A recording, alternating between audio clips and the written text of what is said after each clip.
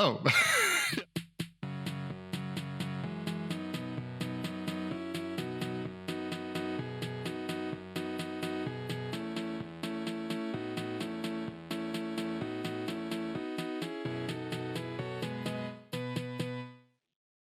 There we go. Go. Wow. Okay. Wow. Wow. Excitement. No, I just. Last time I turned off the timer a bit, so it switched. It should have switched to the intro bit, but it didn't. It switched to us, and we were like, course of God. I thought I had more time, but I didn't. Hello. Welcome to Shots Fired. Welcome to Shots Fired. Welcome to Shots Fired. Episode 4. Episode 4. Uno, dos, tres, cuatro. Episode 4 for our Spanish friends abroad. Yeah, and we will be doing the entire episode in Spanish. Hola. Hola, ¿cómo estás? Necesito más salchichas. Oui. That's the name. I said I need more sausages. That's okay. Wow. Get you a butcher. Get you a butcher. That's what I say. I like a butch anyway. We're off to a great start. Amazing. Welcome to Shots Fired episode 4. Today we've got a full-packed show for you. We've got so much to say. Is there enough time to say it in, Max? Is there enough time? I mean, we can go as long as we want. So I guess I've got a show tonight, so we've got until about 4 p.m. today. I've got to clean the house today, so you do. Yeah, you do. Which we get onto that in our segment of domestic bliss, which will come later on. We also have. I want to say thank you once again. I keep saying it once again. Thank you to everyone that is engaging with us through Instagram and through other social media about anything we say and we do. The polls for the red flag films have been amazing. They've been hilarious. We will cover that later on today because there's some controversies. There's some of those films, Max, that I want to defend to the hills. Yeah, there were some wrong opinions in the chat. Like everyone has an opinion, but your opinion can just be wrong. And I think some of those people were just need help. And I feel like we're just there to help and support you now. So we will cover those later on today. There's loads of things we've got to say. You've got tons of things to say, but yes. So we've got some shout outs. We'll do at the start. We'll go through the red flag polls after our first mega segment. All will become clear. Mega segment. Yeah. We've got a bunch of domestic bliss or domestic miss. Really excited to talk about that. And we've got some wonderful world news that has happened that's positive and uplifting because that's the vibe today. To start your weekend or week whenever you listen to us. Oh, you mean, yeah. I mean, it could be that you're listening to this right before the next one because we're almost binge worthy. Oh, yes. Yeah. What would you say is binge worthy level? Like how many episodes do you think you're binge worthy now?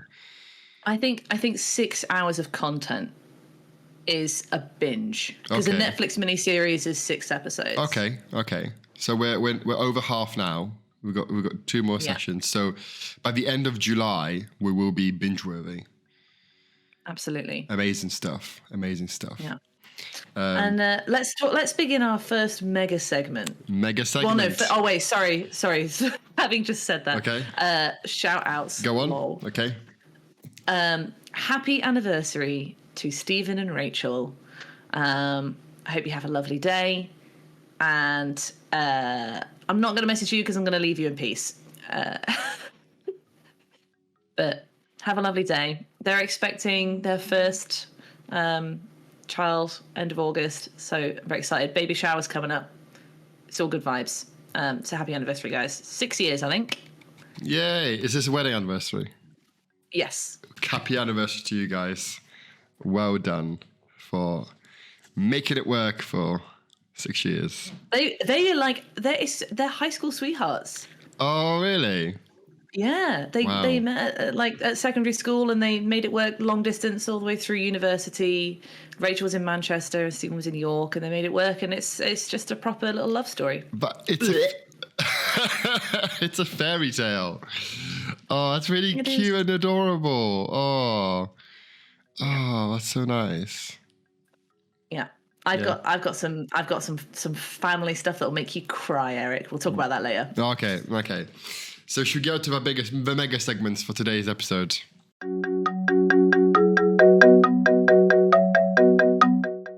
So, as you might have noticed, viewers, if you're watching this on YouTube, I am tanned. Eryk is gorgeously tanned. I am gorgeously tanned. I am a different man. I am a new, improved man. That's because you got an ounce of vitamin D, and now you're a reformed character. Yep. Amen to that. One of the viewers put burnt. Oh, it's Skegford. Skegford, yeah, he's back. Yes, I was burnt because, the big reveal is this year I attended the 2023 Glastonbury Festival of Contemporary Arts. I think that's the full name of it. It's Glasto, isn't it? Yeah, Glasto. And out of those 5 days, Wednesday, Thursday, Friday, Saturday, Sunday, I wore sun cream 2 times out of those 5 days. Nick. Yeah. I thought I was good. I thought I was safe, Max. But the sun. I'm sorry. Did you think you were more powerful than the fucking sun? My ego is that big. Yes, my ego is that big that thought I was powerful than the sun. All right, Loki. and my forehead, my nose, and my chest here. Oh, is this too much? Is this too much skin? Get your tits out. Over here is all burnt and painful. So I got given some after sun, and I've got some here. Do you want some? Oh, thanks. Yeah. Yeah, thank you. I've recovered now. I've recovered now. Nothing is in pain, but I am nicely tanned, as you can see. So yeah, 5 days of Glastonbury. That's for a mega segment today. What can I tell you, Max? What can I tell you? It was the most magical, transcendent, amazing experience I've ever had in my life.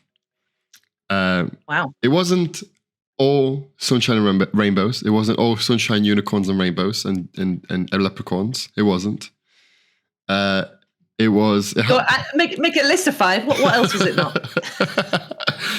So you had 3, and then you went up to 4 because you added leprechauns. Fairies. Stunning.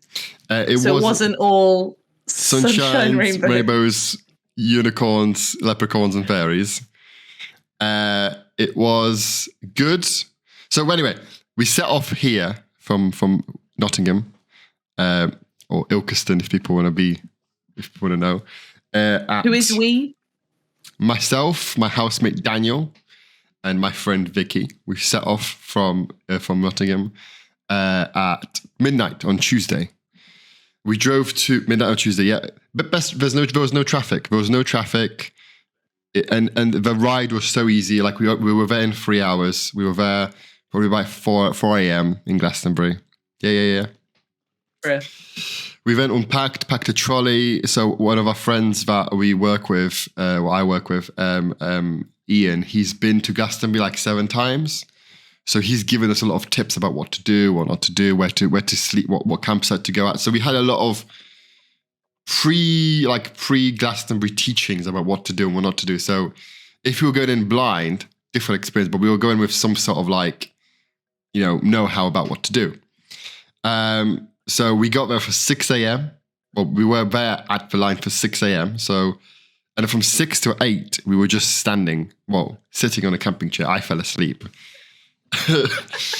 You are old, so that is completely. There is. Hang on, let me find a picture of me like dead asleep on a camping chair in a queue. Oh my god! In a queue, that's the show. And we then 8 o'clock the doors opened, and the lights telling me now people love to queue. British people love to queue, and we queued for an hour, zigzagging on a queue to get into this festival. And but were you, having done this massive thing of leaving 8 hours Oh, in this advance. is it. This is me. Look at this. Look at this. Oh, yeah, go on. Wow, stunner. Yeah. This is. So I love it. But like having left 8 hours early to Yeah. do this big trek, were you alone in the queue? Was there thousands of people there already? There were loads of people there. Like, Okay. I can't tell you the numbers, but you know, we got in and we probably by 12 o'clock midday we got to where we wanted to get to, but it was just a constant stream of people coming in, and it was just a constant, like, you know, people walking in, and I can't, the amount of people, like, there were, the Glastonbury can only have a maximum of 230,000 people on site, and that includes guests, and that includes people that work there. For reference, I have some fun facts about Glastonbury later that has some fun numbers. Okay, in it, so. Well, for fun facts, as I know this, Elton John had 120,000 people. But the thing is, people arriving. So people arriving Wednesday, Thursday, Friday, and even Saturday morning we were going to places. People were still arriving, so people were still arriving on those days. But Wednesday and Thursday is when people mostly arrived. So we got there. When we got to where we wanted to camp, we literally lied down on the floor for a good 5 minutes to rest because we were so exhausted, and the sun was so high, and it was so. And I was in like tracksuits and shirt and t-shirt. So it was really hard. It was just exhausting. You know what I mean? Like, you've been up for quite a while, and I did sleep in the car for a bit, like a child. But obviously Vicky, who drove, and Daniel, who was really just excited, they didn't sleep at all, so they were pretty knackered. But we undid the tent. I've got a big 8-man tent who takes probably seconds to do up. We did all that. We put it up. We then put our camping beds, because we were posh. We had camping beds. We didn't have air beds. We didn't sleep on the ground like animals. We had camping beds. You know. So were you sort of a happy medium between camping and glamping? To an extent. Were you fully glamping? No. To an extent, we don't have a toilet. Right. And the shower situation we'll get to in a minute. But we were comfortable. I would say that I was probably the most comfortable I've been camping ever, because I've been camping probably twice. Mm-hmm. Twice I've been camping. Yeah, one time I went with friends. Daniel was part of that group, and we camped on like an airbed. And then the second time I also camped on an airbed when I went to the Yorkshire Wildlife Park for a roar and snore, where you're supposed to camp next to the zoo and hear the animals in the morning, but you hear fuck all, in my opinion. And did that. So I've been camping probably twice, but this is the most comfortable I've been in terms of like in a camping bed. And I get camping beds, obviously, like if you have a small tent, it's hard to get one in, but because this was a massive tent you could stand in, it was fine. So Wednesday afternoon, when we had a bit of a nap in the day, people were still arriving, people were still coming in and unpacking, you know, and you know, we sorted out the water situation, waited 45 minutes for water, 45 minutes, because there were two major bad things about that festival. One of them was water, and one of them was the crowd management situation, which we'll get onto later on, which was a bit of a serious topic because it was dangerous, in my opinion. The water situation, especially when it was 26 degrees, 25 degrees every day, the water situation was awful. The first day, me and Daniel literally waited 45 minutes to fill up water bottles. Overnight, because they saw the increase of people, one of the water points they did make into like 5. They split the water into 5 water points to ease people coming in. But yeah, it wasn't great in terms of water. But we had these massive 10-liter barrels, and we had water bottles where we filled up. So that was fine. But yeah, for Wednesday we walked around like half of the site. So we walked like that. If you've been to Glastonbury, so you might know these places with like the park area, where the Glastonbury sign is and where the Rainbow Tower is. We walked around like the Shangri-La area, and which is quite quite interesting. It's some people. What is it? So Shangri-La area is very much, I would say, quite. The term I would use is quite political. I would maybe say. I don't know if that's the right word to use. I don't know if that's the right word to use. Not where I thought that was going. So there's like one bit where it's like there's one bit where it's like a healing circle, and there's a lot of different sort of like areas for crafting stuff, making stuff. They also had that's one of our other three things I was surprised about. So we had obviously the water stuff. The second bit was the amount of drugs, and I mean illegal drugs that was there. Like everywhere you went, there was people smoking weed. Everywhere you went, people were like, we were at concerts. We were on Friday night. We were at a Fatboy Slim rave. He was doing a set, and everywhere you looked, people doing balloons, people snorting cocaine, people doing ecstasy, people off their faces. A lot of it was kids. A lot of it was like 18-year-olds, 19-year-olds. A lot of it was young people. Oh, right, okay. But what I'm saying is that this sort of area in this healing circle area where there's like crafting stuff, and there was a lot of like spiritual stuff, and there's a lot of like you could get your tarot cards. I don't really know what you call that area. It's like a bougie. Like a healing area. I don't know what you call it. A lot of that area there was a tent there where you could go and you could test your drugs. You could go and see if your drugs are pure, if your drugs are good to take, if they've got anything. So that's quite. They had like these kits. Were the police just squatting in the back, like waiting to jump on anyone who went into that? I'll be honest with you, there was probably zero police at that event. I've not seen a police officer at that event, and security were pretty poor. Like, yeah. What? I didn't see any police, no. Wow. And it was very interesting because and there was a chart in the tent that gives you like what kind of experience you want to have to what kind of drug you should take, which was very interesting. Yeah. What? Yeah. How is? But. I didn't stop to read it, but I just saw it. I'm like, that's very interesting, and moved on. Anyway. I mean, I guess it's that whole thing of like the cool parent that's like, if you're going to do drugs and have underage sex, I'd rather you do it in a safe place at home than out on the streets and end up in a ditch. But like, that's quite interesting. I suppose if it's inevitable, especially if you don't have any bloody police around or any security, people are going to take drugs. Yeah. They may as well do it safely. Yeah. Max, I was at Rick Astley and the Blonde Blossoms doing the Smiths covers, and there was a man. I haven't got my glasses, but there was a man. Oh, hang on. There was a man in front of me who had a bullet with some cocaine in, like a necklace, with some cocaine in, and all he did was he took off his glasses, got one of the ends of the glasses, pop it into the bullet, and then snorted into. And then just snorted. Yeah, in broad. What a refined gentleman. Max, broad daylight with everyone doing it, and no one batted an eyelid. No one, like that scene in Batman Dark Knight Rises, no Dark Knight, where it's like Joker's like, someone dies and no one bats an eyelid. Literally, no one cared.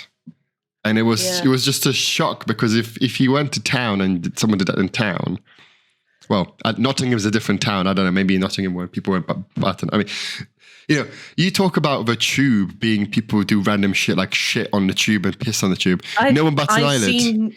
I've seen people do. I saw these young girls who were maybe. I would be surprised if they were 18, to be honest. It was a Friday night. I was on my way to work, so it was 4:30 in the afternoon, and these young girls, they had balloons. They were doing gas on balloons, and then this girl just brought out Coke and just did lines off of her friend's arm. At 4:30 on the tube, and I'm like, these girls are gonna die. They're gonna fall through the tube gap, or they're just gonna die in the carriage, and I'm gonna be the muggle that has to sort them out. And I was just begging them in my head to get off before they did something, and I had to be responsible for these women. I was like, but they just doing lines off each other in the 4:30. There was kids around, like. just whatever. Speaking of death, two people did end up passing away at Glastonbury this year. There was one man, I think. Every year people die. The thing is, you think that, but like two people, and Glastonbury isn't a very like if you talk about Leeds Festival, which is people have been speaking to, is heavily on drugs, but the two people that passed away was one man. He was just a man who passed away on Sunday, and there was one man found on Tuesday who was part of a crew. None of them are suspicious, but I don't know if it's down to drugs, down to down to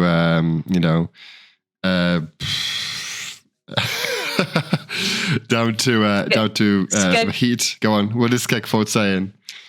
I was just saying we can chop that so I don't interrupt you in the edit. Sorry, Skegford was just saying there could be a whole segment of like stories on the tube based on all the stuff that we talk about. Maybe that's something we do like this week on the tube. I saw. Yeah, that'd be quite good. That'd be quite good a segment. Thank you very much, Matt. Thank you very much. We'll put it in. It's amazing that people tell us their ideas and then we do it. Yeah. You say we do? Is that a thing? I don't know. I don't know. People say monkey do. I don't know. Yeah, probably. But yeah. Anyway, so, carry on with that. So we had a walk. So then next to that, sort of build it and they will come. Yes, they will.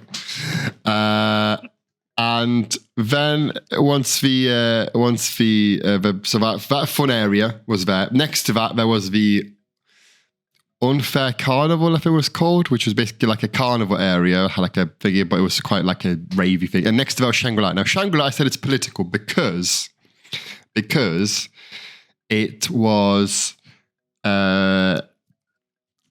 very expressive of the government, of companies, of it was raising awareness of a lot of issues, basically. Like there was a bus. It was a bus dedicated to Shell, the company, and how it's not saving the environment, how it's impacting the environment, how it's drilling, etc., it's exporting oil, etc., raising awareness to fossil fuels, basically. There was then a big entrance to like an area with like a mannequin man standing on top of it. It was raising awareness to male suicide. There's the stage itself was covered in posters of different things talking about the NHS, the Tory government. It was just a lot of raising awareness to what the reality is. Now, unpopular opinion time. Oh. Unpopular opinion time. I loved festivals because for me the festival felt very removed from reality, very much like I could enjoy myself, not think about work, not think about the Tory government, not think about like the issues of life in general. The music made me feel very much out of it, out of that sort of bubble of reality. I don't want to feel that I have bills to pay or the high energy costs and stuff like that. And for me, the Shangri-La area, like my two other friends who I went with, Daniel and Vicky, they liked the Shangri-La area because it was very colourful. Don't get me wrong, it was very colourful, it's very bright, but to me, it burst that bubble of reality. It burst that bubble of being somewhere different. You know what I mean? Like I didn't really want to. No, I didn't want to put my head in the sand about those things. It's good to raise awareness, but I'm a person that is a lot. I read a lot. I read a lot of news. I read a lot of articles. I do my own research. I know a lot of these issues that are out there, about Amazon, about Shell, about Elon Musk, Twitter, the NHS being collapsing. So I don't need to be reminded of that when I go to a festival. But that is just me. And I know there's a lot of people that go to the festival might not be like that and might want to experience that and stuff like that. But from my point of view, the Shangri-La area was not for me. That's what I'm going to say. Fair enough. So once that's fair enough. Yeah. I mean, it's interesting because some of the fun facts I've got later is about Glastonbury's relationship with charity. Yes. And like Glastonbury's relationship with profit. Because I think it's a really interesting stance. In a positive way, I think overall, fight for what it is. And I guess it's also, if you've got, I imagine the majority of people who go are under the age of 25. You'd be surprised because there was a lot of, I saw all the age ranges. There were people in their 50s. Oh yeah, for sure. There were Like kids. lots of people go, but but I feel like in terms of demographic. Okay, yeah.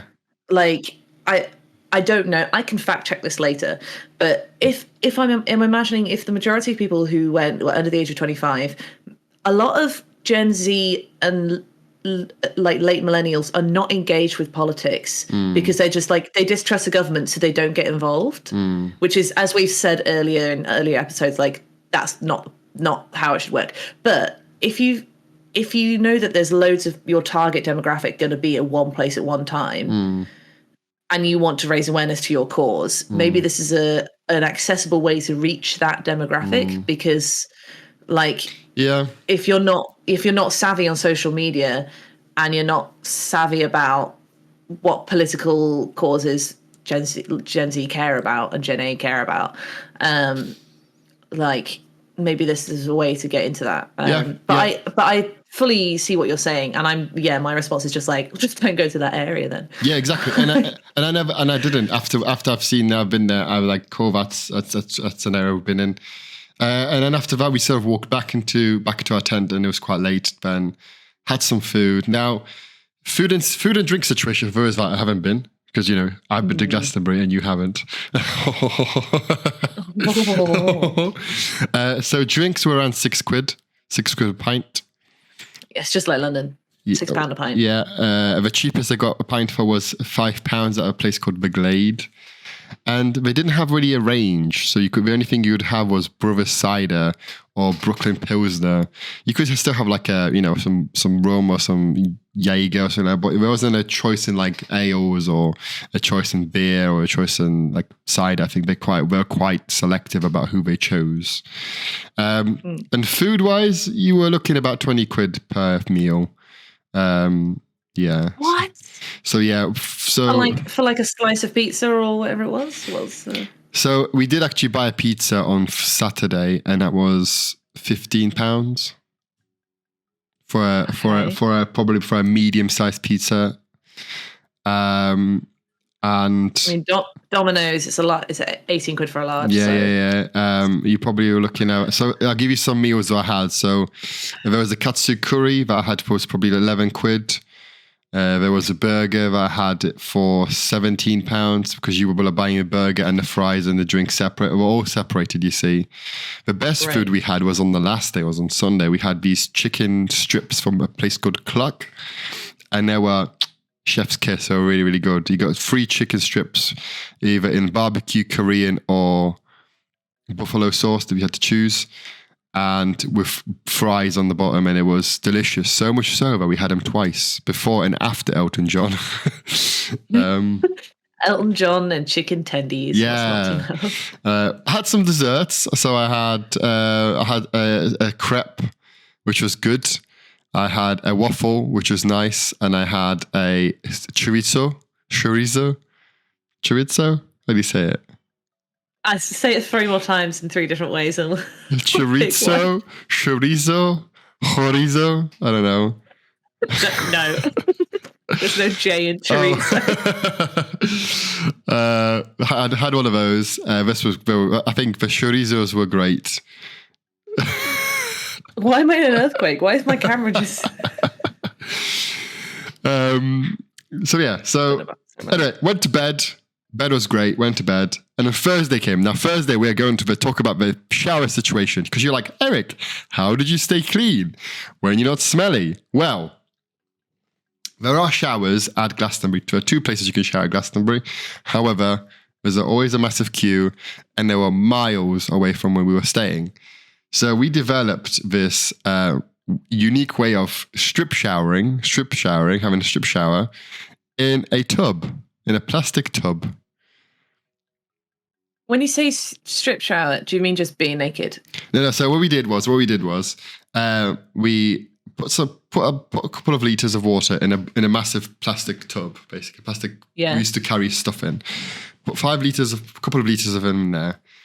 Then we added. When we took it outside in our swimsuits, swimming shorts, something like that. washed our hair, washed our body, rinsed it, and then we went inside the tent to wash our private parts. And that was sort of what we did. You did that all together? No, no, separately. We're not that close. But we did that separately. Daniel might disagree. Do some role play cleaning later. Oh. We'll get onto that, everyone. Yeah. But separate, we got to that separately. So it worked. It was fine. But from experience, we looked at what other people did, and people had these massive bags, huge bags, were filled with water, and they have like a shower cap at the shower thing at the bottom, and then they just wash that. And then someone next to us had a poo tent. You know, one of those like small, square, really tall poo tents. Yeah. And a mate just stood outside with a bag, holding a bag, and then that's it. That's all they did. Oh wait, so they weren't using the poo tent to poo; they were showering in the poo tent. Yeah. Because I always think it's really funny when someone's in a poo tent and then you just lift the tent off them and run away. Wow, you're mean. Because it's not got a bottom; it's just like it's just four walls. Like a four-wall cover. Yeah, and it's just a tube. And someone goes to a poo tent, and you always can spot a poo tent because a poo tent looks like a poo tent, and you just lift up the tent and run away. Not that I've ever done such a thing. You are a rascal. You're a rascal, Max. Oh, thanks. That's sweet. I think the one of the best ways I found we tried to baby wipe, but it just wasn't the same. It wasn't the same. Like for faces is fine, but for bodies it wasn't. But carry on, sorry. That's right. One of the best ways I found to like shower in the wild is you do need a friend, but it can be done without a friend. You just lose a bit of water. But what you can do if you don't have a friend is find a tree, get a big a bucket or just a big plastic bag full of water, put it in the boughs of a tree or get a friend to hold over your head. Just some holes in the bottom and it'll just just do it.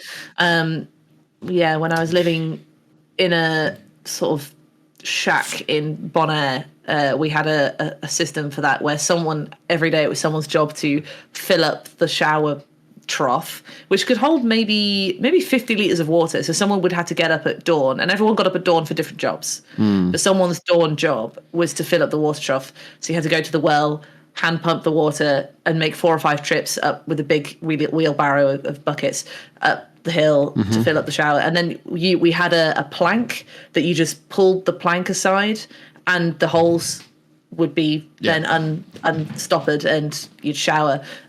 But you were limited to like you'd wet yourself, and you'd get water on you. You put the plank back, then you put on all your soap and your shampoo and everything, and then you'd pull the plank again, so you weren't ever standing in free flowing water for more than about 30 seconds at a time. Yeah, because it was such a ball ache to refill this fucking bucket that everyone was like, 2 minute showers, that'll do. And you had to. I mean, that's what we did. We said we all had a shower, obviously separate water, but you know what? It was cold water, so it was refreshing, and it sort of kickstarted you in the day. Like it sort of knocked you in the face, which was really, really nice. So that was Thursday. We decided to do that, and then Thursday we walked out to the other side of the park. So we went to the woodsy stage. We went into the pyramid. We went to the pyramid stage because we're still setting up. Bought some merch. Got a t-shirt from Glastonbury.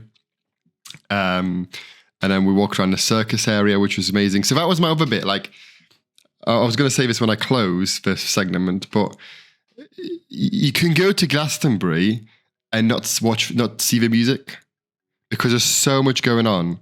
There's so much going on in terms of after I came back, I was looking at TikTok and Glastonbury TikTok, and people went to Glastonbury and went for the circus acts, went for the shows, the carnivals. There's so many comedians that go.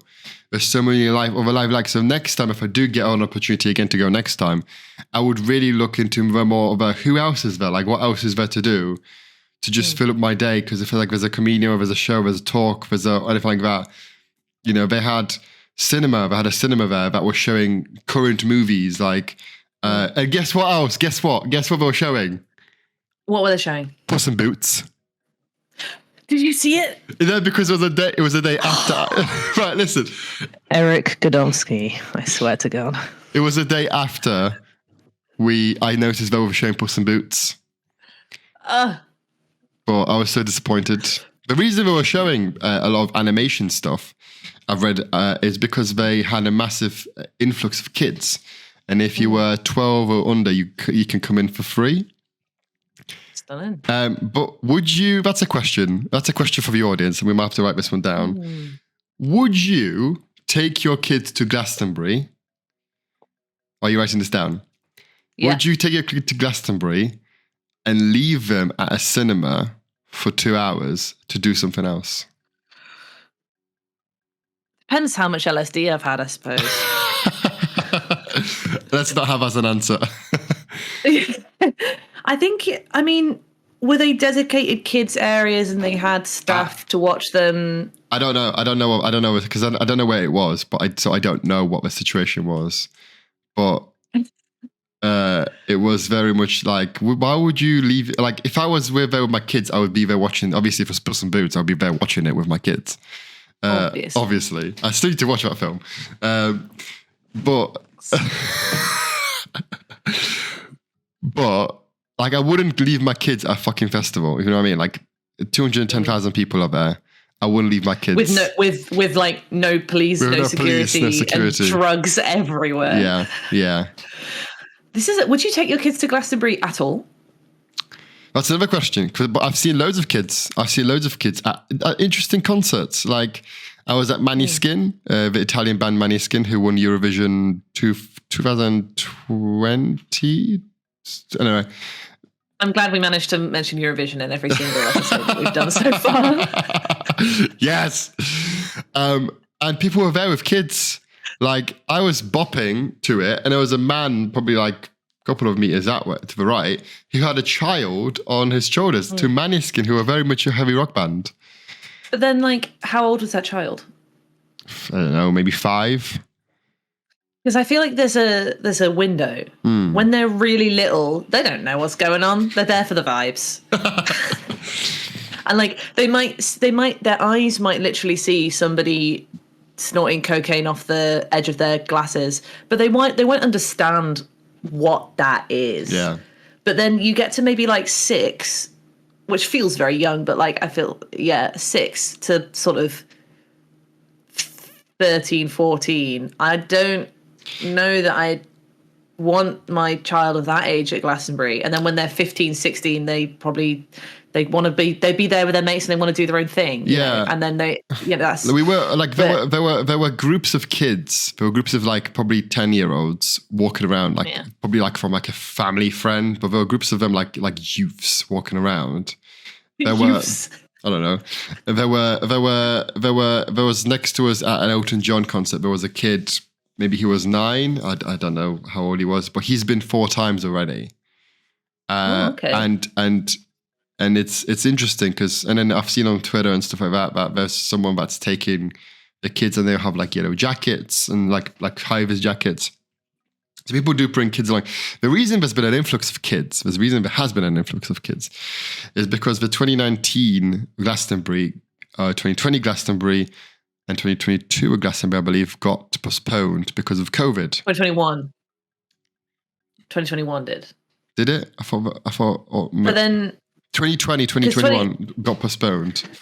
Anyway, Glastonbury got postponed from COVID, and because of COVID, sorry, and they honoured the tickets of people that bought them for those years.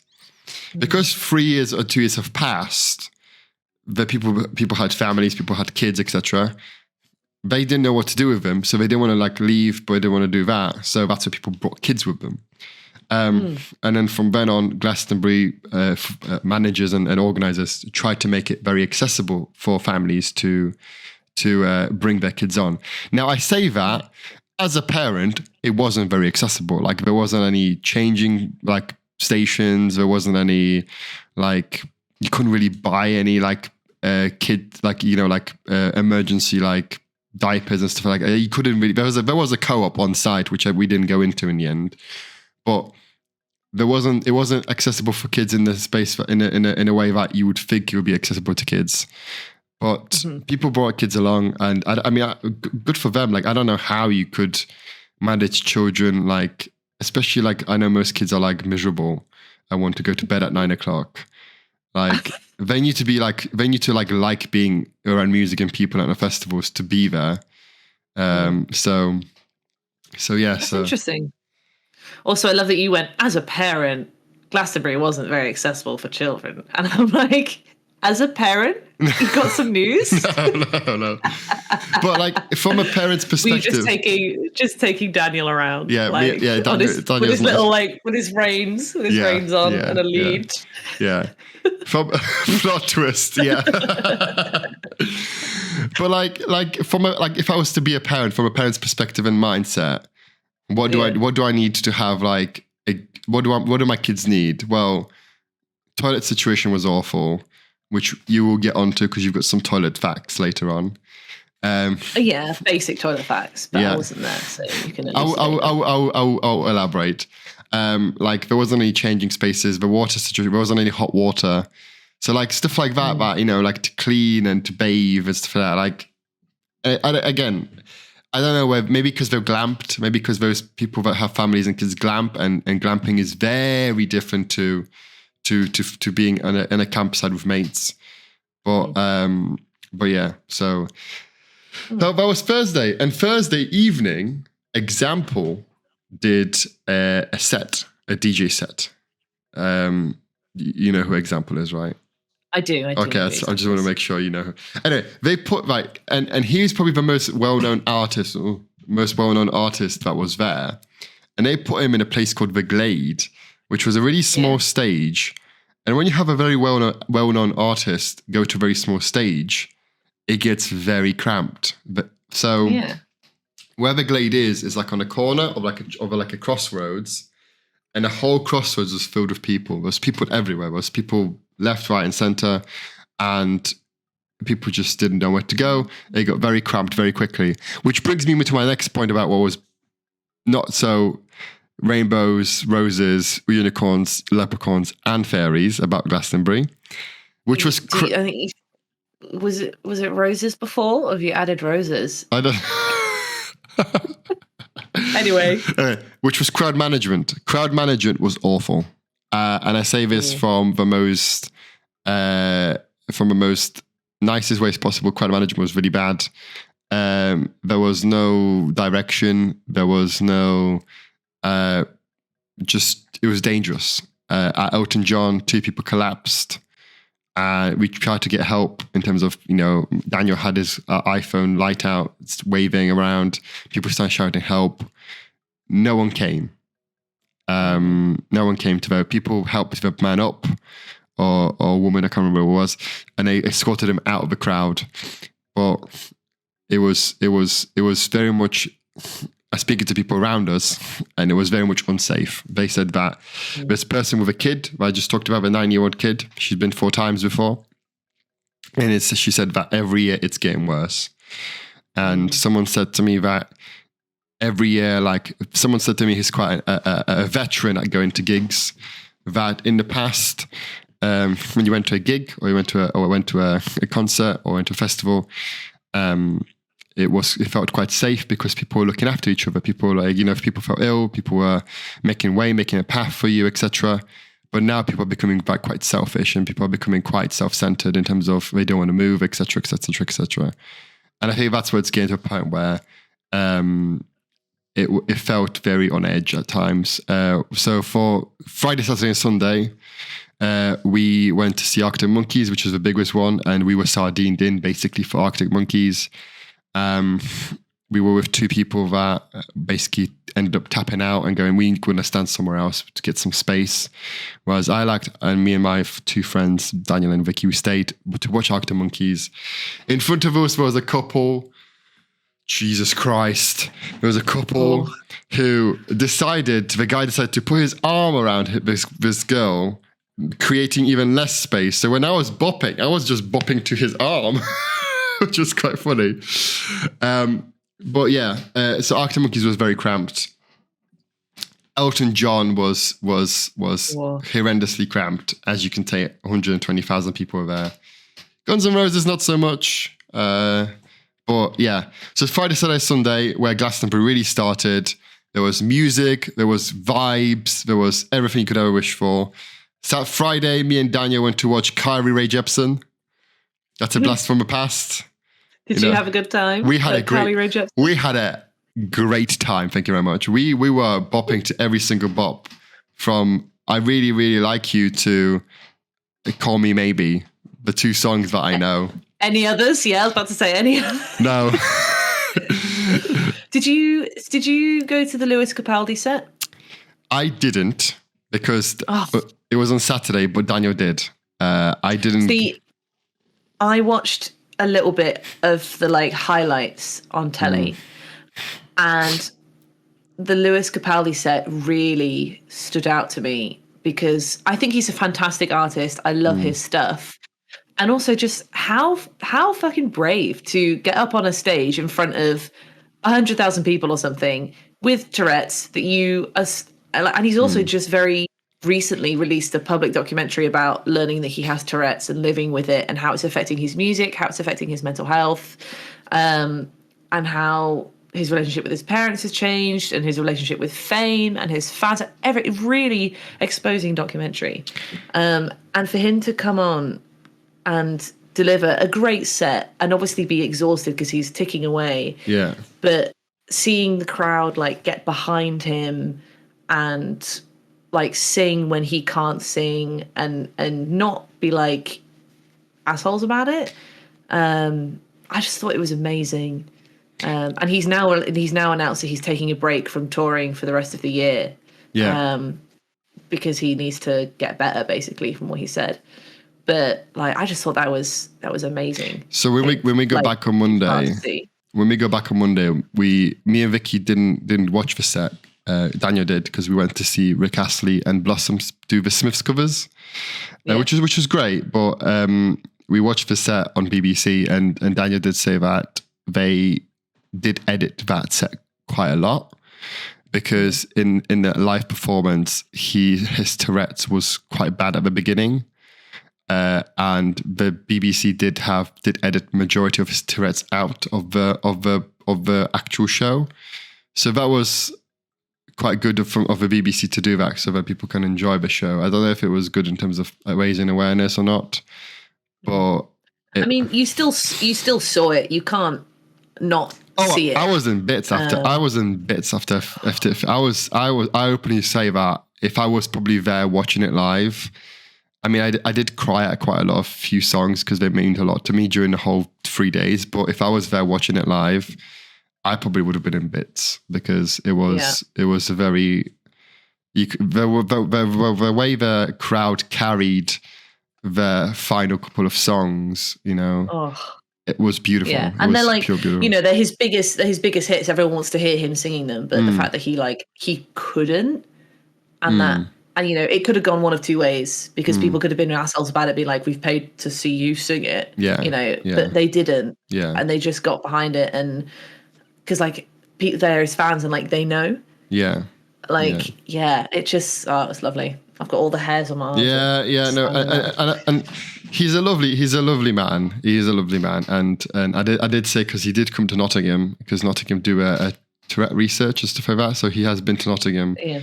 I think earlier this year, and I did say that I'll send him an email to say that if he is ever in Nottingham again, let's come for a brew, just as a guy, let's get him on the show, not as a really just because he just seems like a lovely person, and it must have been really hard for him, but I'm glad he's doing what's best for him in terms of taking a step back, because I feel like it's good to it's nice to recognize that in terms of.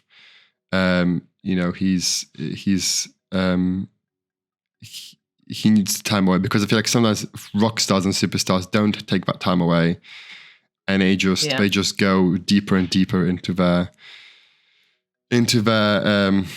their issues, if you know what I mean. So And then, then they burn out, and then they turn to vices to try and cope with fame and everything else they're dealing with. I mean, I don't know if you watched the Arctic Monkeys set, but Alex Turner. I turned it off. Not a fan.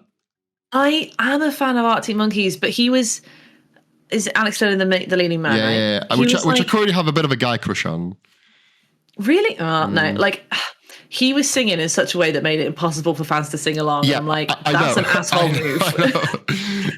Like, I know. People want to get into it, and he was I was like, come on, man. Like, he changed the tempo on so many of his songs, where I just had to slow down, and at one time I just gave up because I just couldn't sing with him because he changed the way he was singing, and it was just frustrating. Like, I get what he wants to do, but his new stuff, that change, but his old stuff, I bet you look good on the dance floor, etc., etc. Those are quite fasty-pacey songs, and he would just change the tempo on that, and then during each songs he would just make random comments like, say, space pigeons, and go, effective, very effective. But my personal highlight was when Alex Turner, during Pretty Visitors, attempted to bowl. But like, bowl? So, he was like, that's my chance, and he got up. I'm going to repeat this. Hang on, he got up. Oh God. Okay, running commentary. Eryk is getting up. He's out of frame. I can see an elbow. He's getting up. He is very campily doing a squat lunge and bowling an imaginary bowling ball for those at home. Oh yeah, I forgot this was on Spotify. That's okay. I did a little running commentary. Okay. So you'll hear what I said in the edit. Okay, thank you very much. And he attempted to bowl and score a try and score a bowling strike. So I'm sorry. Is he playing rugby? Is he bowling? He's scoring a try. He's bowling a strike with imaginary bowling ball. Yes. So who's to say he didn't get a strike? Well, he did because he celebrated. Right. Okay. Love that. Yeah. So. What immaculate vibes. So that was my highlight because it was fucking hilarious because he did that at different shows. But then on a day later, he went to Edinburgh and he saw some seagulls. Right? He saw some seagulls flying past the set, and he was like, "Release for birds! Release for birds!" And I'm currently just personally concerned for the man. Is he okay? He's probably just taking something. I mean, probably a bag of cocaine, but I don't know. Cheeky bit of cat. But there's loads of that at Glastonbury. But I'm going to do a bit of a poll after this, and I'm going to share with you the 4 different looks of Glastonbury that I had, and I'm going to let the audience judge which look was best: Thursday, Friday, Saturday, or Sunday. So we've got an Eryk fit check. Yes. We're going to then rank them, and then we're going to discuss on the next episode which look was the best look. So if we do like the photo and then number 1, people can do like a out of 5 stars or something in a poll thing. Okay. And then we'll take an average because we love math. Love maths, great maths. Quick maths. And then Saturday was a good day as well. Saw Rick Astley, saw Maneskin, Blossoms, and Rick Astley doing Smiths. I saw Guns N' Roses.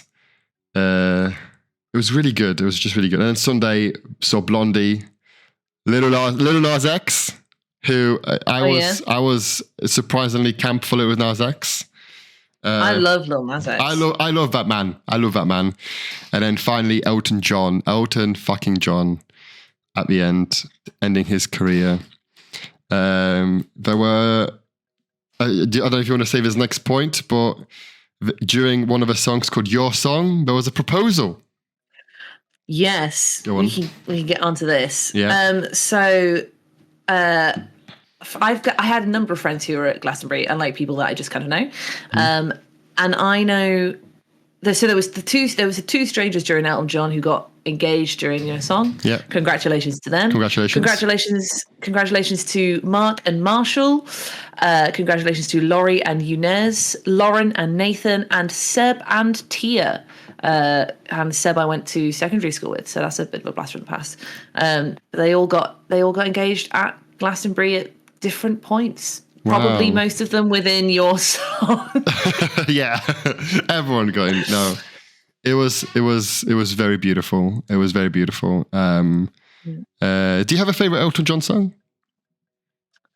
I really like Rocket Man. Okay, yeah. Yellow Brick Road, I really like. Yeah. I guess that's why they call it the blues. Sorry, it's so hard. Oh, there's so many. So many. But my first instinct was Rocket Man. That was the end song for me. And I'm gonna save this now, and I'm gonna send this, and we're gonna end this segment now. I've been chatting on this for about an hour now. You have. It's been a segment. Mega segment. Right. Closing statement. For me, Glastonbury. We've got some Glastonbury facts coming up, but I can go after. For me, Glastonbury was an incredible experience. It closed a lot of chapters of my life that I had open and I have been using to move me forward in my life and bring back as experiences. You know, I so some people know I was ill. For some people know I have had a lot of family problems, stuff like that. So and previous relationship problems. All of those chapters in my head have fully closed on that day when the final fireworks set off for Glastonbury. Glastonbury for me felt like it was a season finale for that chapter of my life. And I've now I feel like I have opened new doors. I'm ready. As Elton John has said, "Are you ready for love?" Is that a song? I don't know. Oh, you're ready for love? Yeah. We'll have a hinge update at the end of the show then. And just it just felt very very much conclusive. Now, I'm not saying that those experiences in the past won't creep up on me and won't, have a bit of an issue, have a bit of, won't be a ghost there. But for me, it felt very much like a closure day. I feel a lot more freer. I feel a lot more freer. I feel a lot more better with myself. So yeah, Glastonbury was really good. I really enjoyed it. I hope anyone listening to this can experience Glastonbury for one day, because you will feel the same, I think. Maybe you'll feel different if I go a second time or a third time, but I think you never forget your first time. And first time's always a bit special. It is, yeah. Sometimes it's a bit awkward, weird smells, weird sounds, weird sights, but it's always special. Yeah. So that's it. Thank you very much, guys. Thank you. Woohoo. In this essay, I will. Yeah. I have some funny, facts. Okay, Fun facts. go on. Okay, so at Glastonbury, it takes 6 weeks to set it up. There are 50 all year round permanent staff. 67,000 passes were for staff or crew or artists. This year there were 210,000 attendees. Mm-hmm. Of the people who went, it's pretty even split between married, in a relationship, and single people. Mm-hmm. It's not just like 90% single people looking to hook up. It's actually almost 30 split. Oh, interesting. Yeah. The overall average age is actually 39. Although the age group most highly represented are 21 to 25-year-olds at 18%, but close second at 17% is 41 to 50. Seeing as Glastonbury is 45 years old or something, it's 47, I think.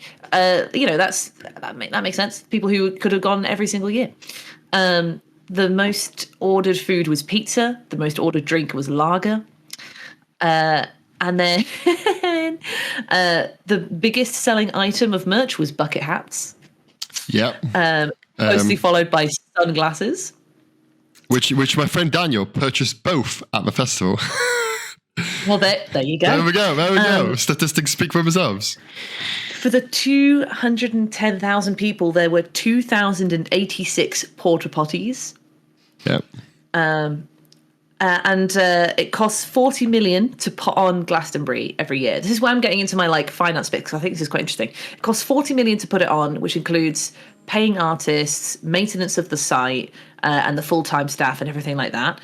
£2 million minimum goes to charity. Mm-hmm. Charities that pay in Shangri-La or whatever. So that was Greenpeace and WaterAid, which charities were. Yeah, there you go.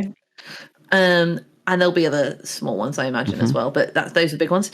A £500,000 cap performer fee, and the majority of artists don't claim that, which I think is good, interesting.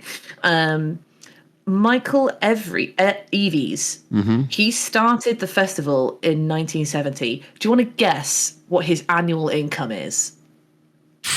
I don't know. £0. No. He has to earn a wage. Oh, okay. He founded Glastonbury. Yeah. He's the owner of the festival. He's done all this stuff. They have profit, and it costs 40 million to put on. What do you think his annual salary is? 22 million. 22 million? £60,000. Oh, wow. Yeah, which is like a completely normal wage. Yeah. Like I know people who earn more than that, who work in tech or work in IT or are an engineer. They earn more than that. I think it's crazy. So after all of that, the post-tax profit is 1.4 million, which when you think about it, doesn't feel like a lot.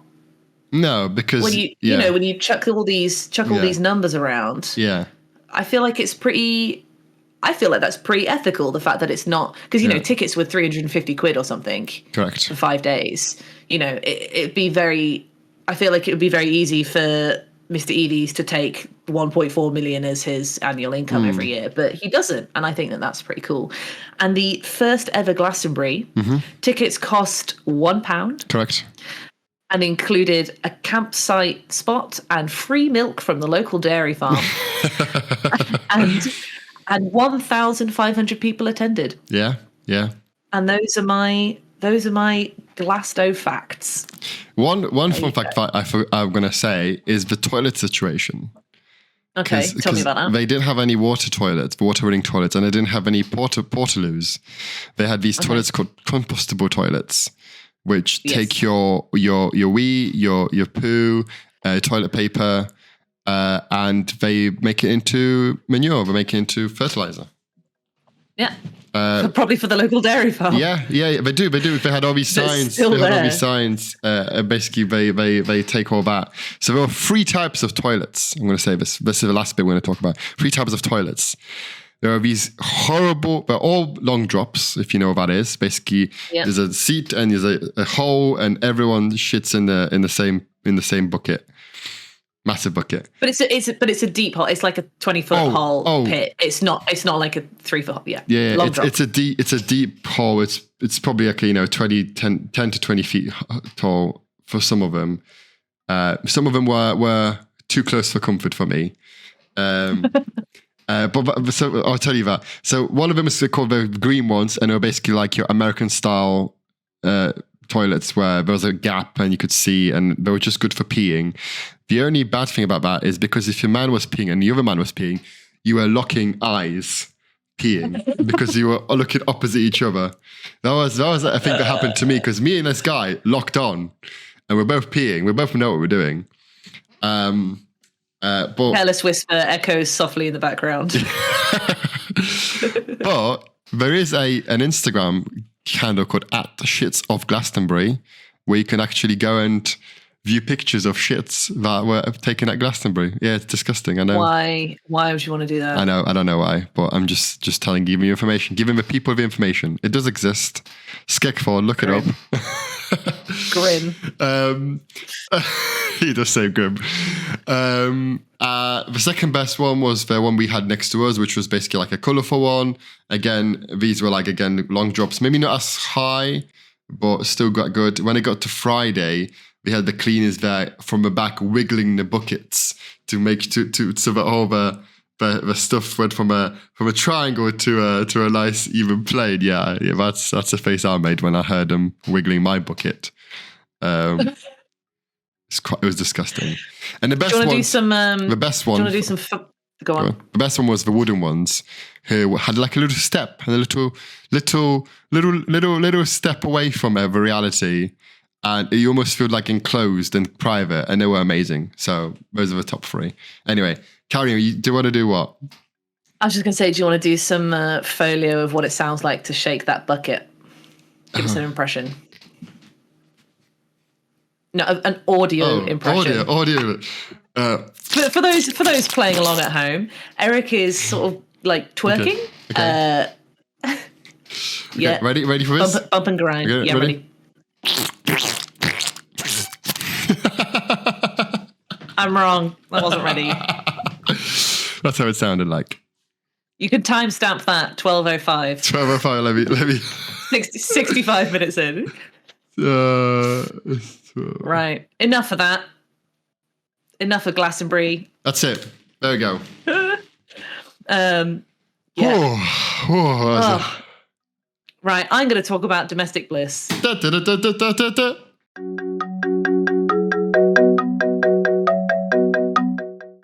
So, my domestic bliss, moving swiftly on. Garden update. Go on. Spring has finished springing. Yep. And summer is creeping in. And we know it's nearly summer because it's rained a bunch. My garden's doing very well. Tell that to my sunburn. Yeah, to your sunburn. And the vegetable patch is doing very well. The lettuce has exploded into life. Amazing. Thank you. The beans, we've had so many beans. Love the beans. My beans have creeped through to my neighbour's fence, and they were like, can we eat these? And I was like, yes, I cannot reach them. So my traitorous beans have creeped through the fence. So half of the plant is now on my neighbour's side. Your neighbours have eaten your bean. That's... Anyway, hi, Mum.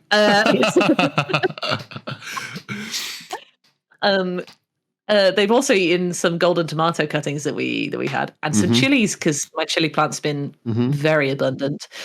And courgettes started to spout out little babies. And my mum told me the secret to courgettes is the courgette plant will spit out 2 very little ones, 3 very little ones. Cut them, let them grow about 3 inches. Cut them. And the courgette plant will, for some reason, be like, great, I'll make a massive one now. And you can get courgette. Yeah, so for some reason. And so you then get huge, like, thick as my forearm and as long as my forearm courgettes. Big boy. Big boys. So, yeah, that's my garden update. However. Go on. Disaster struck. And I had a little meltdown because when visiting home. Yeah. I went to go see my family. That was great. Spent the day at the cricket. Fantastic day, by the way. Very nice. And as we left, we raided my parents' herb garden, and we took home some fresh rosemary, some fresh sage, and some freshly cut lettuce. Love that. However, everything just went into the fridge. And on Wednesday, I was like, oh, I've got all that lettuce. I better start eating it. So I opened the bag that's been in the fridge for like 3 days, and I pick out some leaves, run them under the sink, and put them on my plate. I then turn around to get whatever it is out of the oven I was eating, turn back, there is a slug. There is a slug on my plate, and I know that logically slugs exist and that they eat lettuce, but this motherfucker had been in my fridge for 3 days eating my lettuce in the cold, dark, and wet conditions. So this thing was living its best life, and the size and shape of this slug reflected that. A big boy. And I did a zoology degree. I'm fine with insects and bugs and animals, but not when they're surprisingly in my fridge. Like, if I see a slug on the outside, fine. Slugs inside, I panicked. I actually felt anxious, and like unpleasant. And I literally stood there frozen, tippy tapping in stress on the floor because I was like, what do I do?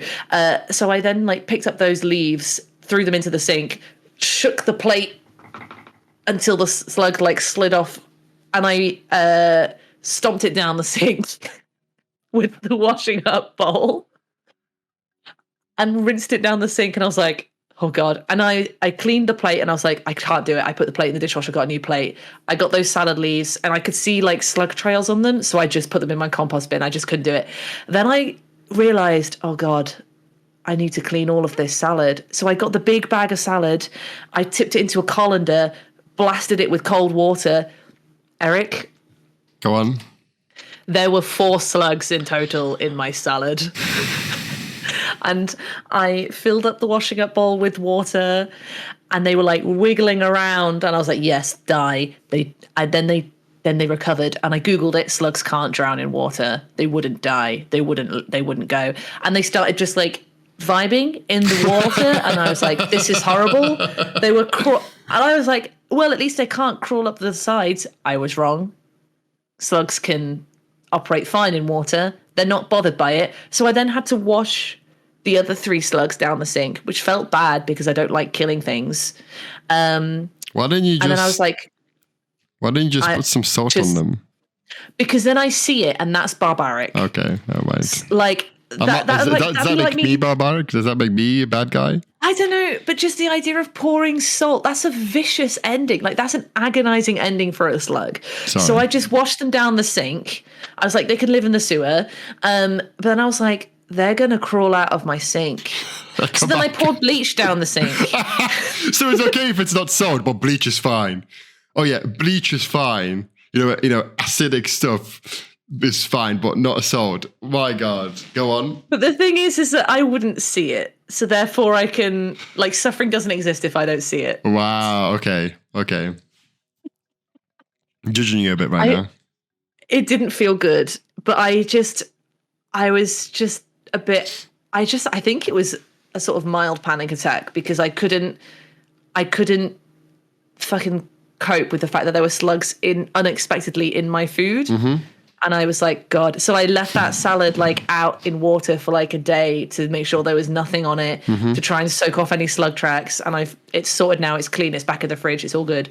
And like, I logically know that every bit of salad I've ever eaten has had bugs on it. That's fine. But when the bugs are in my fridge, not fine. And they're that big. Yeah, it was a challenge to get it down the plug hole. Yeah, so that was my domestic miss instead of domestic bliss. Didn't enjoy it, but maybe people can relate to my terrible slug murder of pouring bleach down my sink. The sink needed a clean anyway, so yeah. You were just cleaning the sink. Let's just say that you were just cleaning the sink. Yeah. But I'm worried that one day I'm going to come into this kitchen, there'll just be slugs everywhere, and I'll just cry. And also vibing away. And also I couldn't be a baby and make Joe deal with it because Joe was at work like a real adult because he works 9 to 5 and I work nights. And so I had to sort it out by myself and I just felt like a little baby and I didn't want to do it. What do you do when you have spiders in your house? Oh, I'm fine with spiders. Okay. Spiders can live in my house. Okay. Spider. I can see 3 in this room. Okay. Like that's fine. But I can't, slugs and snails. Nope, not inside. Nope. Okay. Fair enough. Yeah. Yeah. That was my domestic bliss. Do you have any domestic bliss? Today I will do. Today I have a domestic bliss. So living with people, living on your own, I feel like you have your own space. But living with people, you have to respect each other's space. And today we are having a big summer clean, where me and my housemate are going to just spend the day coming around the house, cleaning it, basically cleaning the house. So we've got jobs, we've got roles to do. Roles? Roles, yeah. My role is... Bit of role play? Bit of role play, yeah. My role is to clean the bathroom and to hoover the living room and mop the living room and kitchen. That is my role. That's my job. Very nice. So, do you have a little maid outfit? No, not for viewers or him. No. But yeah, no, I don't. We'll put you in a little maid outfit on one of the fit check. Okay. Poll. Okay. Yeah. One of them. Yeah. Get on that. So one of them. Yeah. So that is art, and it's good because like if you're a student listening to this right now, obviously, I guess, you know what it was like to be in a house, in a shared house, living with people. Obviously, Max, you know how it was like where people are like, let's have a clean, guys, because the house is a state, and some people clean, some people didn't clean, some people had excuses why they shouldn't be cleaning because this is not their fault. I think kitchen and living room were always the one that would always get dirty for us. And always bathrooms for me. You see, and then, I'm not worried about tidiness. There can be clutter around, but if things are dirty, don't like that. And bathrooms, especially. So when I was living in, I think it would be my second year, I was living with a man and a woman. No one was a couple or anything, but there was two female presenting people in the house and one male presenting, and the bathroom was the bane of my life because the kitchen, people can be like, well, I need to cook, so I need to move this stuff out of the way, and eventually it will kind of get cycled through. And because we were students, there was nothing in the fridge anyway, so it never really got dirty because there was no food anywhere ever. It was just freezer food, and it was just me and sometimes Liv that would eat vegetables. Carl didn't eat vegetables, but the bathroom, everyone used that all the time. Yeah, and in the place that's continually got hot, clean water in it, there's a lot of orange mold. Yeah. And I just, that house did not like it.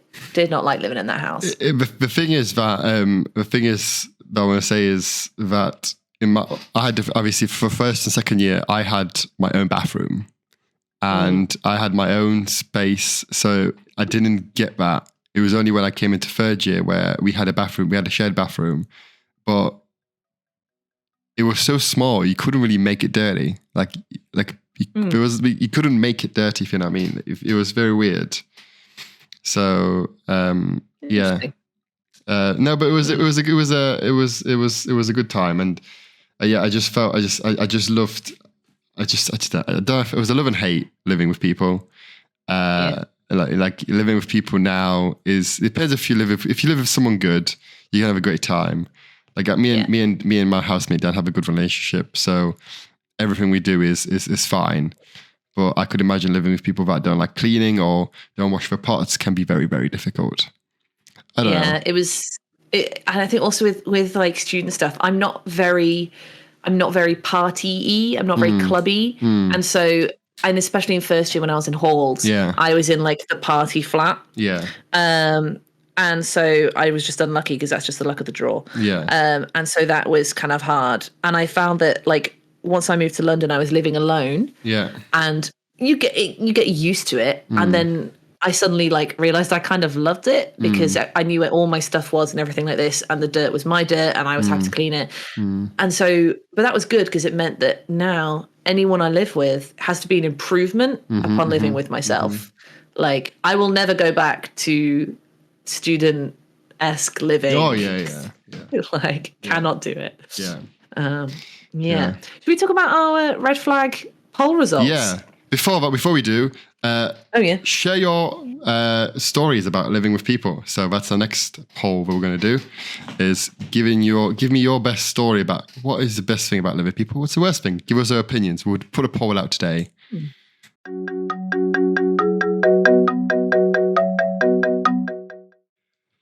This one's a bit, so we wanted to do a big segment on this because the amount of responses we got from you guys was phenomenal. Thank you very much to every single person that responded to this. It's been amazing. It's been really fun. And we're going to start this off. So I'm going to get my Instagram up to see what there was. But please do start. Please do start, Max. Okay. So the question was, for anyone who needs reminding, is red flag favorite movies. As in, if someone says this is their favorite movie, you do not trust this person as a human being, as your fellow mankind. No, absolutely not. Get in the bin. the question was not what movie do you hate? The question was not what movie is a shit movie. And I feel like some people may have got lost in misplaced hatred because some have like great answers and some of them are just like, that's just a shit film. So we will leave it to people to decide, but no one has said they want to be anonymous, so I'm going to name and shame these people. First off, correct opinions. Red flag movies from Emma, someone who refuses to watch a musical because they think it's beneath them. Correct. That is a red flag opinion about movie. Yeah. Grease is a great film. Moving on. I will say that Grease had its time. I mean, and I can remember loving Grease when I was young. Can you give me some more examples of musicals that are made into films? Oh, are we doing this now? Musicals have been made into films. No. No, musicals. No. Can you give me an example of a musical that is a film? Because the first thing comes to mind is Grease. I'm sure. I like Mamma Mia. That's a great film. Mamma Mia 1 and 2 are great films. 10 out of 10. Yeah. Would you count La La Land? I would count La La Land. I don't personally like it, but it counts. I've never seen it. So anyway. There you go. So movie musicals or also people who just don't want to watch a musical. Okay. You're correct. Red flag behavior because they think they're better than you. Okay. Get in the bin. Yeah. Anda and Adam both said American Psycho. Correct. What? Correct opinions. What? No, they're not. No, they're not. They are. If someone tells me, I said this last time, if someone tells me that American Psycho is their favorite film, I'm like, they're gonna spike my drink. Or like American Beauty, like you're a nonce. I've not seen American Beauty. It's about a nonce. Okay. Like if someone says that it's their favorite film because they're like, oh, but the artistry, the cinematography, I'm like, nah, stop. Stop. Nonce. Okay.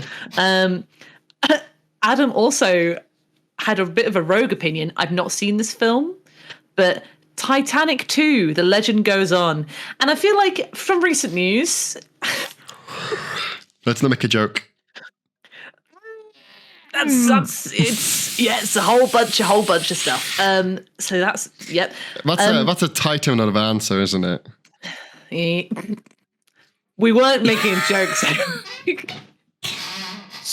Swing and a miss. Another correct opinion was Lolita. What is Lolita?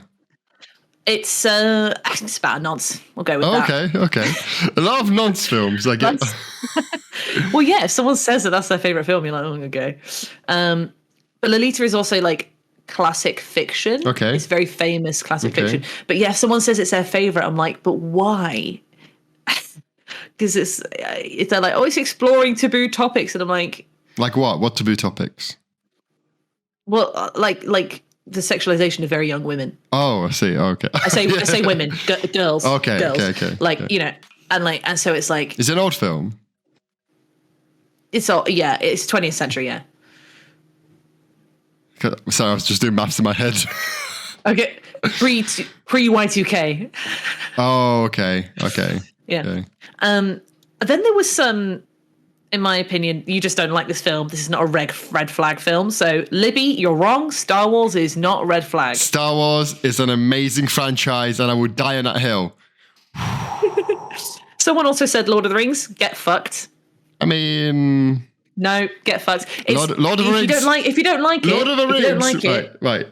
Carry on. You speak. Thank you. If you don't like it, fine. But saying it's red flag to like Lord of the Rings, wrong.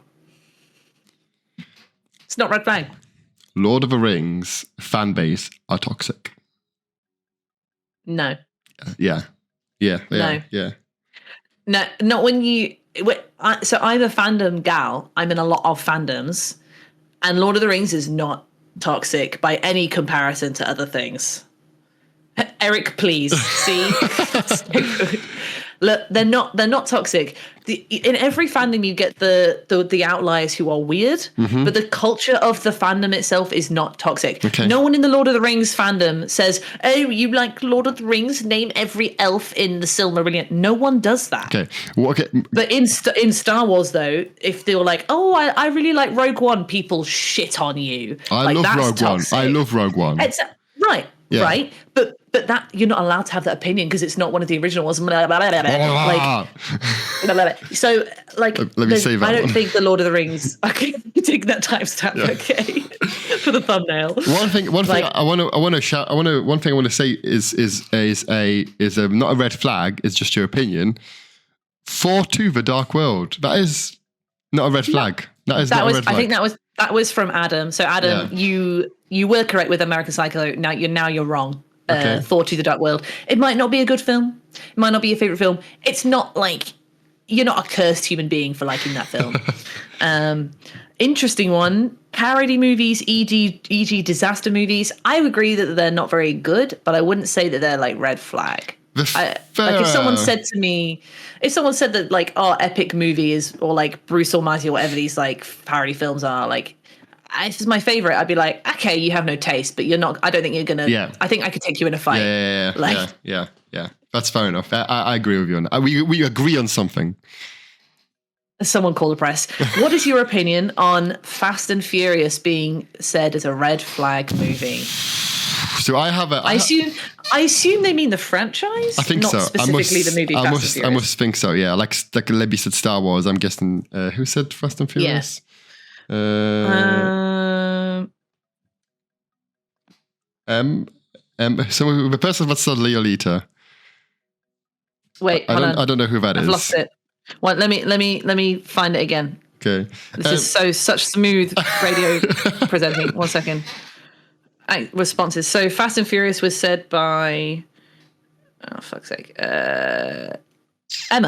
Hello, Emma with the correct opinions about musicals. Yes. Fast and Furious. Now, I haven't seen anything up to date Fast and Furious wise, and I feel like they're just getting worse and worse and worse. And I have a best friend. I have one of my best friends who loves the franchise, loves the films, but they had their time in the sun. That's all I'm going to say. I think, I haven't seen the most recent Fast and Furious stuff. I don't know that they're a red flag. I just think they're a bit shit. Yeah. But if someone was like, if someone said like, oh, my favorite, I love the Fast and Furious franchise, I'm like, oh yeah, you're not gonna spike my drink, you're fine. But I wouldn't take them to the movies because they're probably like shit films like John Wick. John Wick is not a shit film. You just get a new dog. You're just heartless. You're heartless. I'm going to tell Joe he is dating a heartless woman. He loves John Wick, and I can't fix him. I'm glad he does because he has taste. Moving on. Really not. He's dating me. Moving on. I had a thing. I'd love to expand this theme of red flag stuff. Okay. Red flag games. I'm going to open the floor with Cards Against Humanity. Are we doing it now? I just think it could be fun to discuss, and we can put the poll in. I thought we were doing more. There's loads left. Is there? Loads left, yeah. Like tons. Is there? Tons. Hold on. Oh, Clockwork Orange. I've never seen that film. Can't comment. The book's good. Never seen the film. Wes Anderson films, it's not a red flag if you like Wes Anderson. Did Wes Anderson do Scott Pilgrim vs. the World? No, Wes Anderson does all like Grand Budapest Hotel and Fantastic Mr. Fox, and like it was recently on TikTok a big trend about in the style of Wes Anderson where it's very like square on to the camera and pastel and all that jaunty violin music. Yeah. Okay, yeah. I mean, I've never seen any of his films to comment. I don't think they're red flag. Sometimes they're quite boring, but I think they're quite interesting. Because also like there's not a lot like Wes Anderson. He's made his own niche. Like you can spot a Wes Anderson film straight away. I feel like I feel like a lot of modern films, they're all just kind of the same. Yeah. So, but having a niche and filling that niche, isn't that a bit boring because it's the same style every single time? but then you could say the same about Marvel and DC. It's the same fucking thing every time. I guess, yeah. Am I wrong? Well, yeah. I mean, recently the content has been shit. I mean, yeah, there you go. This is Bella who has these opinions. Bella, yeah, and Bella. Suicide Squad, I will agree with this one because people who love Suicide Squad, like they want to be the Joker and they want to be Harley Quinn and they think that their relationship is perfect and it's actually fucked. Dog shit. So I will agree. I will agree that Suicide Squad is a red flag favorite film because the people who tend to idolize it are idolizing it for bad reasons. Yeah. But the next one that Bella said, I'm going to fight. I'm going to fight this. Yeah. I'm a fight. Are you going to fight this with me or against me? Depends what you say. Okay. Bella has said The Wolf of Wall Street. Now, I think The Wolf of Wall Street is a fantastic film. I think The Wolf of Wall Street is a film that Leonardo DiCaprio should have won an Oscar for, not that other bear killing film called Revenant. That one, dog shit. Wolf of Wall Street, amazing film. Love everything about it. I will watch it if it's on TV. It's like 3 hours long, but it's one of the best films that I think it's great. I think the story of you're very close to your mic. I think the story is really good.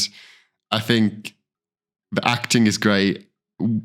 I don't see what's wrong with it. I don't see what is wrong with it. Why do you not like it? No. Go on. I agree it's a great film. And I agree that Lenny the Goat should have... sorry, I call him Lenny the Goat because when you put his name into Google Translate, it translates into Lenny the Goat. Okay. DiCaprio. Yeah. He's always been Lenny the Goat in our family. Anyway, I agree that Lenny the Goat should have got an Oscar for it. However...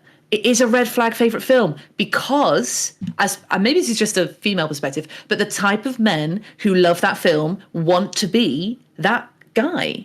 That's why they love it. That's the thing I think is the common theme, but from a female perspective, a man's favorite film is because he tries to be like the protagonist, and like I'm talking about not the kind of man that he's not husband material. Okay. So Okay. you know what I'm saying. So the people who idolize these films is because they idolize the protagonist and they want to be like them. And these men are psychopaths,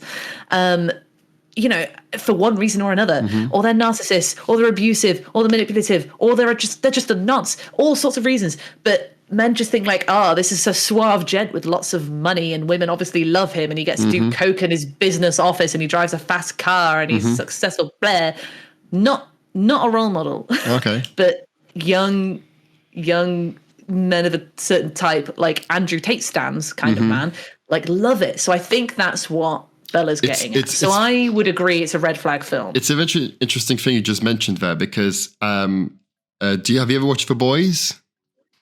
No. So it's The Boys is an Amazon Prime show based on a comic book, and one of the bad guys, antagonists called Homelander, is like a evil Superman, but he's an absolute arsehole.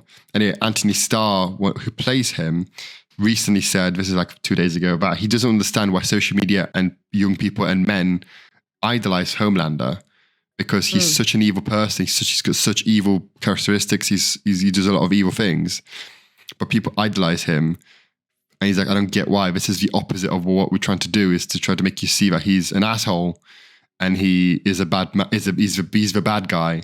So why are you trying to be like him? If you know what I mean. Like, so it was very. It's I will stand with you on your point that I feel like a lot of people that like I can like the film, but again, but I get what you mean about people trying to idolize him and be like him. And he did a lot of bad stuff. Like he did a lot of. At the end of the day, the guy who plays Leo did a lot of. Yeah. He broke a lot of, finance codes and stuff. So, and then I want to. This is the thing. I want to bring mine up. Yeah, that's. Yeah, we need to talk about yours because I'm very interested to get your perspective. So Eryk said that Bridget Jones films are red flag favorite films. Yeah. So now I'm interested to see like what this male perspective like flip is. So go on. This is exactly the same thing you just said about Jordan Belfort, played by Leonardo DiCaprio. The exact same thing where women who idolize whoever Bridget Jones in that film's are want the exact same thing. She's confused, doesn't know if she wants Hugh Grant or Colin Firth. Yeah. And that's the it. So I honestly, and when that film comes up, I just gag. It's just such a red flag film. If you do like it, come at me. But if you do like it, I will. I just don't like it. That's one of it. You know when I think about, oh, what can I write? I was scrolling through my history of things I've seen, and Bridget Jones' Diaries was the number one thing. I just think that is a massive red flag. If you like that film, I know exactly what you're going to be like. I know exactly what are they like? Just confused. just in their heads about like, have a diary in your head, and you just like your life's not a film, love. Like, yeah. In Bridget Jones, it literally is a film, though. It's a film. It is. Also, I like Bridget Jones. Well, is this the last shots fired we do? It's been a good ride. 4 episodes is all it took. Tell the viewers what happened the other day. Wait, what? Oh God, yeah. So I was like, what? So Eryk sent me a little text like, "Can we do a Glastonbury special?" And I was like, "No." And you were like, "Why?" I was like, "Well, what if people weren't there for Glastonbury, or they don't care about Glastonbury? Like, we should have some variety. We'll definitely talk about it, but we can't just talk about Glastonbury. And we've got the polls to go through." And you went, okay. and I read that as, this man hates me now. This is the end of the friendship. Like, maybe I'll send him a little TikTok to see how, and then you sent me some TikToks. I was like, okay, so I think we're still friends. But I was like, because you just put, okay. I think. And I was like, well, I've killed the friendship. He doesn't like me anymore. Maybe you're right. Maybe that I am just confused. I just don't understand men. No. And that's maybe it. It's part of being bisexual is that we're just confused. We just can't pick a side. Yeah. Just choose. No, I'm joking. Just choose. Just choose.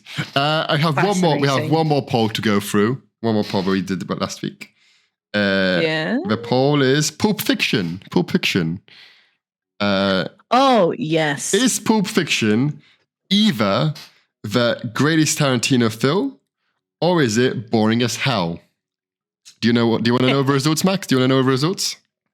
Tell me. 36%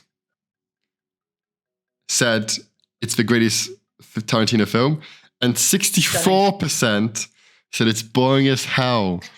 Because it is boring as hell. Nearly double the votes said it's boring as hell. Yeah. Wow. Because it's boring as hell. I'll be very honest with you. I was surprised by that result. From everything we've done today, I was very surprised by that result. Fascinating. Because I thought Pulp Fiction would get more of a social, it's amazing, but it didn't. It didn't. I think it might be an age thing. Do you think? I think people over the age of 30, 35 love Pulp Fiction. Like people under that age don't. I think that's the pattern I've seen from asking around at my family events that has a whole spread of ages. You should make him do the poll. we range from like 64 all the way down to like 7. It was So that was our polls. And then can I talk about red flag games? Yeah. Go on. We'll edit out the first one because that doesn't matter. Okay. So I'd like to open up the floor. Okay. Following this red flag theme, because I think it was a lot of fun, I'd like to open up the floor to red flag games, board games, video games, card games, whatever. I'm going to open up the conversation with this is from an audience member. This is from Jessie. Hello, Jessie. Hello. She said red flag game, Cards Against Humanity, and I agree. As in red flag favorite games, not just games you don't like. Is this not board just games? Or is this that are games bad. like video games? Is it just board games? Both. Both. Okay. Any. Okay. But I think if someone comes to me and they say their favorite game to play is Cards Against Humanity, I'm like, oh, for God's sake, grow up. I think Cards Against Humanity is overrated, and it had its time in the sun. And Skeg thought, I 100% agree with you. Monopoly is trash, and it's the worst game ever made. It breaks up families. Monopoly, statistically, Monopoly caused 50% of divorces in the world. What? No way. Yeah, it does. You pulled that fact out of your ass. I did. But I honestly would not play Monopoly with my family. I would not play Monopoly with my friends. I would not play Monopoly with anyone because it just it's bad. It's awful. Yeah. And I agree. Capitalism is a nightmare. I don't want to play a board game about it. But isn't there a fun fact that Monopoly was invented as like a joke game? I've not heard that. No. It was someone made Monopoly as to poke fun at how awful capitalism is. Yeah, there you go. Parody about capitalism. Thank you, Stefan. And then because of capitalism, it got picked up by people to make it, and then now it's in every home, and it's a horrible game. It just because I always, as the youngest person in the family growing up, I was obviously a couple of years behind, so my math wasn't as strong, my logic and reasoning wasn't as strong, my pattern recognition and prediction wasn't as strong. And so I didn't understand why I was always bad at it. And because it's about money, people get so smug about winning. And it's it always just makes you feel like don't get me wrong. If I ever play Monopoly and I win, I am the worst human being in the world. I am the most smuggest, disgusting human being in the world. That's why I don't play, because it brings up the worst side of me, if you know what I mean. I am a nice person. I'm a nice, kind person. I am. I'm a nice, kind, loving, caring person. I don't need Monopoly to bring the dark side of Eryk. Yeah. So yeah, that's our next poll. That's our next poll. Red flag games. Red flag games. Including video games. Would love to hear that. Yeah. Ooh, that was big stretch. Big stretch. I'm like a dog. Oh, big stretch. For Papa's. Papa's. It's Papa's party. Well, we've covered the loads. We nearly did 2 hours nearly. I mean, yeah, we've covered Glastonbury and 2 other things. I think we should go on to the good stuff. The good stuff? Talk about the good stuff, the positives in the world. And you've got you've got 4. No, we've got 1, 2, 3 stuff that you want to talk about. So take it away, Max. Take it away.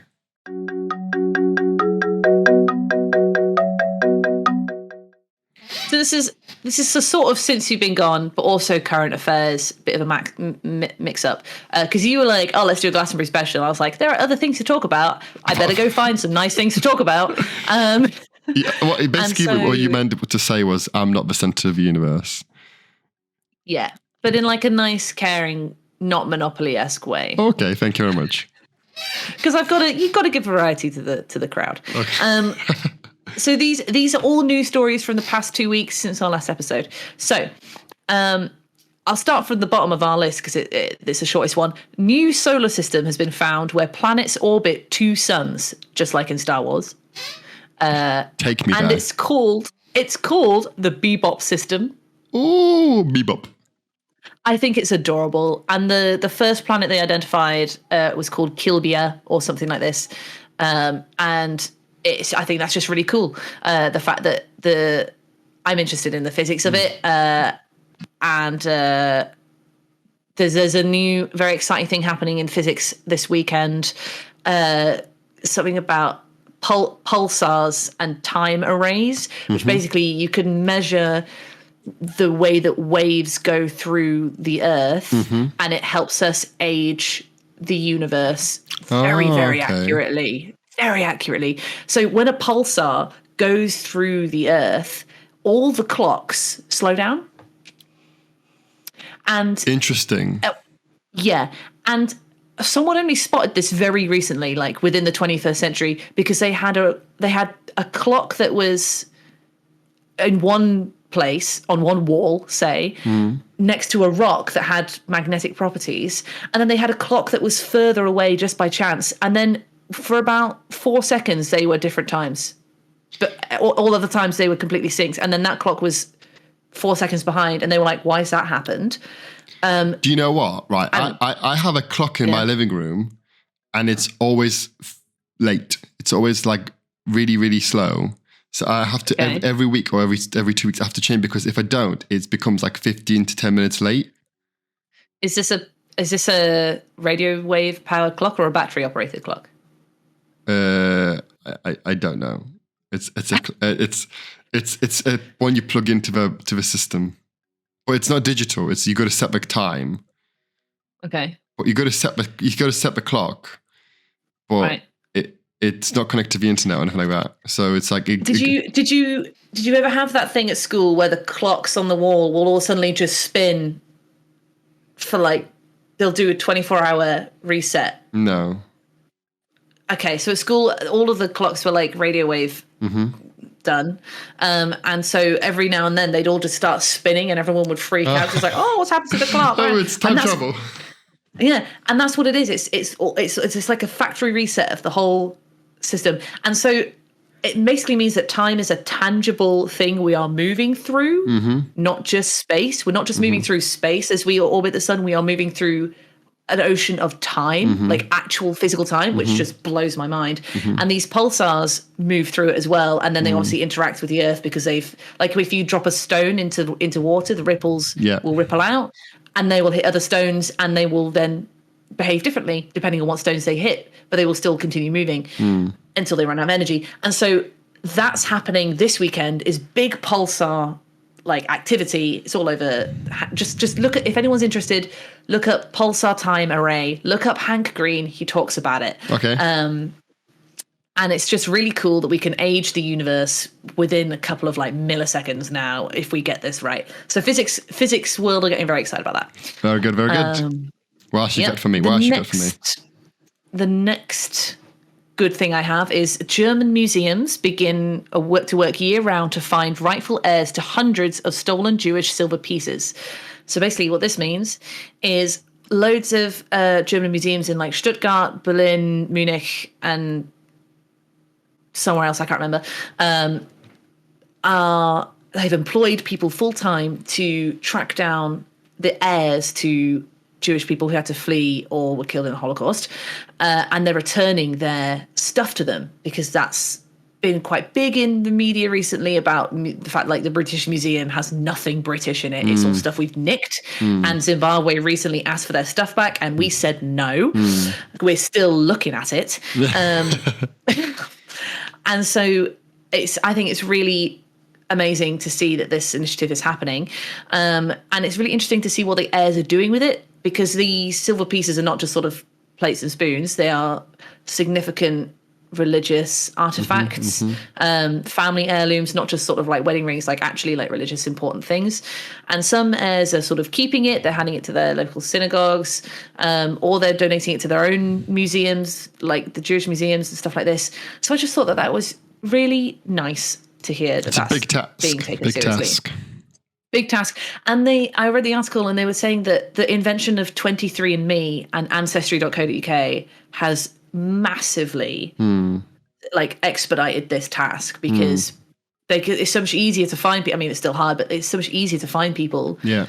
Because, you know, I mean, a lot of people who were murdered in the Holocaust, their records and things were destroyed, so it's hard to find them. But their heirs know, oh, my granny was in this camp or whatever, and so they can kind of work backwards to track things down. So that was my second thing, and my final thing. Go on. So I was talking to Nonny, who lives in Wales. Hello, Nonny. And she was telling me about the reading gap. Nonny works in a library.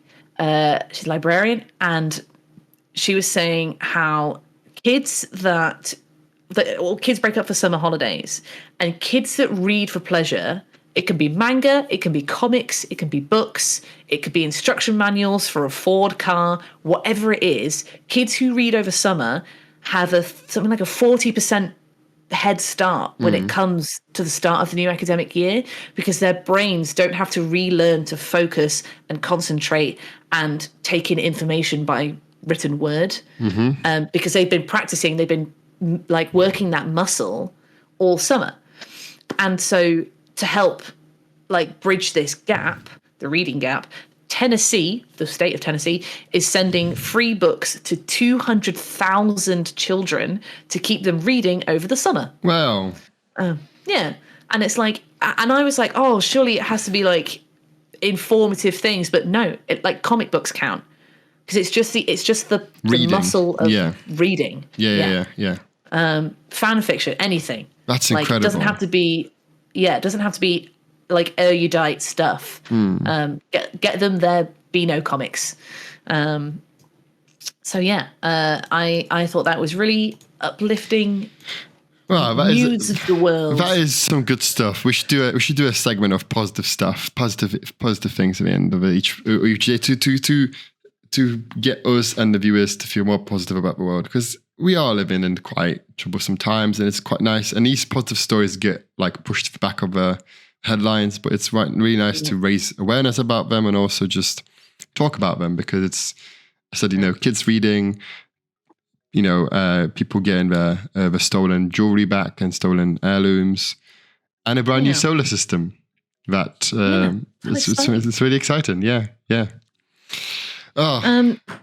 And in keeping with tradition, okay, do we want to? Because we've not had one for a while. What's that? Do we want to have a Hinge update? A Hinge update. It's the end of the show. It's the end of the show. And that's what we do. It's the end of the show.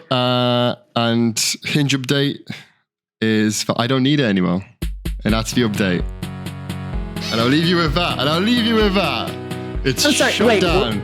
Hinge Bumble is shut down. It's gone. What? It's buried. Oh. And now we're going to end the show. Cue the music.